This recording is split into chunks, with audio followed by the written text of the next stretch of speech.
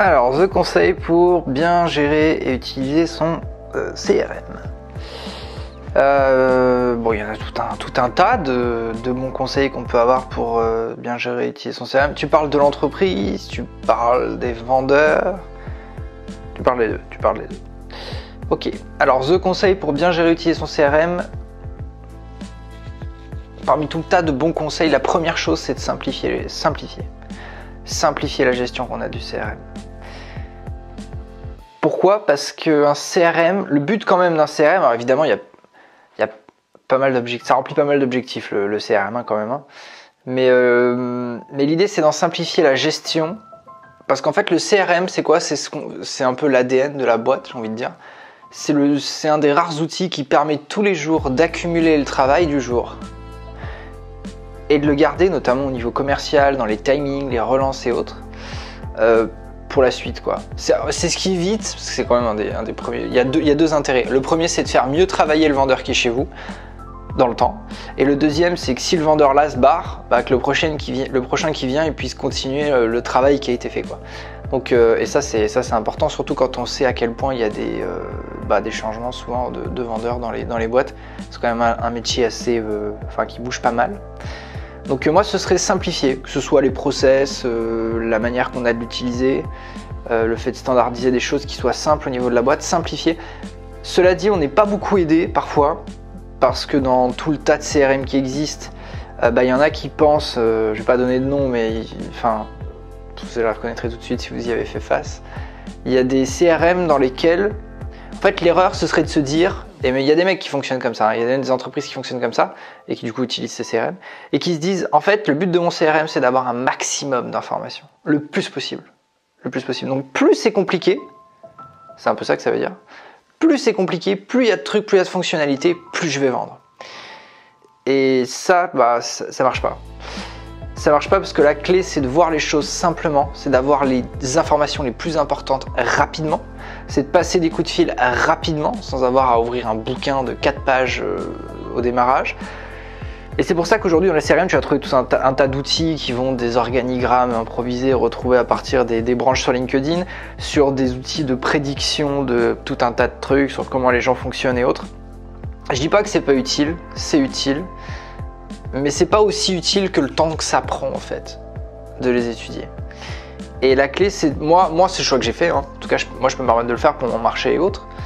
Mais c'est le cas de l'immense majorité des marchés.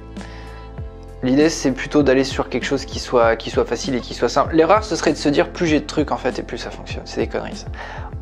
En vente, un CRM, ça doit être simple. Sauf que bien sûr, pour que ce soit simple, ça, c'est pas si facile. Il faut être capable de savoir quelles informations sont vraiment importantes. De quelles informations j'ai vraiment besoin. Suffisamment besoin pour les rentrer dans le CRM, le standardiser au niveau de toute l'équipe et de tous les vendeurs, et qui me permettent de savoir, et qui vont me permettre de vendre à l'immense majorité des gens qui rentrent dans le CRM. Ça, c'est une vraie question, ça. Et répondre à cette question, ça veut dire faire les choses simplement. À partir du moment où c'est complexe, on n'ira pas. Et encore une fois, il y a tout un tas d'outils, il y a plein d'outils même qui se vendent carrément comme ça en disant que c'est les outils les plus complets avec, encore une fois, des outils de prédiction, des outils de visualisation, de data visualisation, tous ces trucs-là. Et c'est vrai que c'est des trucs qui sont cool en fait, hein, sur le papier. C'est beau, c'est visuel, c'est tout plein de choses. Mais malheureusement, la vente impose. Et en fait, on ne peut pas mentir en vente. On peut mentir dans d'autres métiers. En vente, on ne peut pas. C'est-à-dire que s'il n'y a pas un vrai intérêt concret qui fait que ça augmente les ventes et que c'est concret, quasiment palpable, en fait, il vaut mieux pas l'utiliser. Alors qu'il y a d'autres endroits dans lesquels, si c'est visuel, ça passe. Parce que le métier fait que, ok, on peut se permettre de faire ça, ça se voit pas trop, c'est plutôt joli, c'est bon. Chez nous, c'est pas possible. Impossible. On peut pas mentir en vente.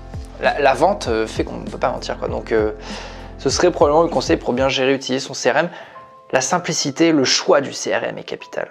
Et former les gens aussi. La première chose à faire quand un vendeur vient chez soi, c'est de le former à la gestion du CRM. Et ça, c'est très rare. Même dans les boîtes d'ailleurs qui ont de très bons systèmes commerciaux.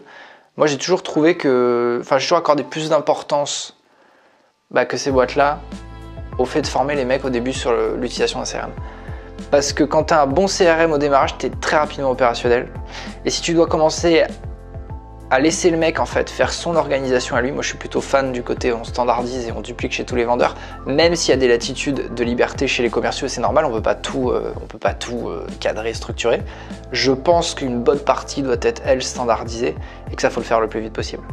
Parce que la clé d'un vendeur en fait qui est efficace, et notamment au démarrage, c'est sa capacité à prospecter de toute façon, comme toujours, tout le temps, c'est toujours la même chose.